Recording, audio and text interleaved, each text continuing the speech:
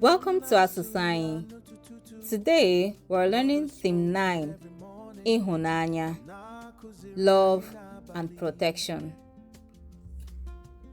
Ihunanya ezinụlọ bụ ọta anyị.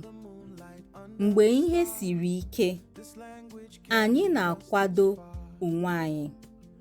O nweghị onye a na-ahapụ n'azụ. Obi anyị dị n'otu, dịka eriri a na-apụghị ịkwụsị akwụsị. Family love is our shield. When things are difficult, we support one another.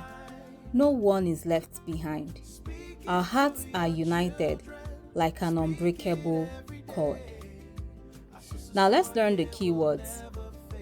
Ihunanya, ọta, akwado, onwe, ahapụ, azụ, eriri, otu, obie, isi ike. Our proverb for today: nwanne onye bụ akwa ya, ọ dọwa, ọ dụnyere onwe ya. One sibling is like their cloth.